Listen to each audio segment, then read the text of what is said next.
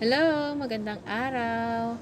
So ngayon nagagawa tayo ng palamig na walang food color. Magtunaw ng kalahating kilong brown sugar sa kawali.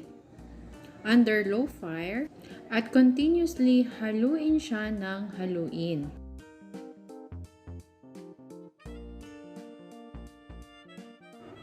Medyo nagfo-form siya ng lumps or buo-buo but it's okay.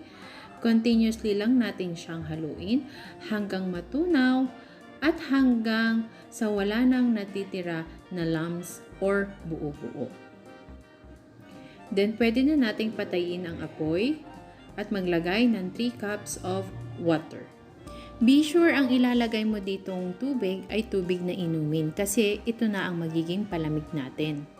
Haluin ang haluin for 2 to 3 minutes or kung alam mong may natunaw na brown sugar caramel.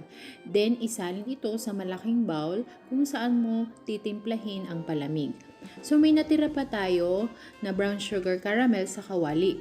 Magagamit pa natin ito para pagtimplahan ulit. So, naglagay ulit ako ng 3 cups dito sa kawali. Pero pwede nyo namang i-adjust. Pwede nyo gawing 4 cups or 5 cups. Ilagay natin ang 3/4 cups ng nilutong sago. Pwede kayong magdagdag ng tubig ha, depende sa gusto nyo.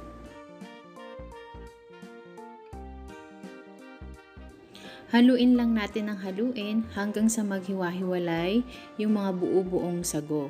Pwede rin kayong magdagdag dito ng gulaman kung gusto nyo. Then ilagay natin ang 2 teaspoon of vanilla.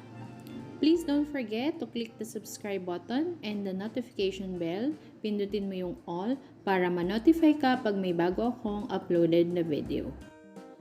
Ilagay na natin ang yelo at lagyan natin ng asukal. Ang asukal depende sa inyo. Ako medyo tinamisan ko ng konti kasi mamaya naman matutunaw na yung yelo. Masarap siya, promise. Kasi ito yung pinakamabenta na inumin pag may handaan. Bentang-benta to lalong-lalo na sa mga bata. Kahit sa matatanda din. That's all for this video. Thank you for watching.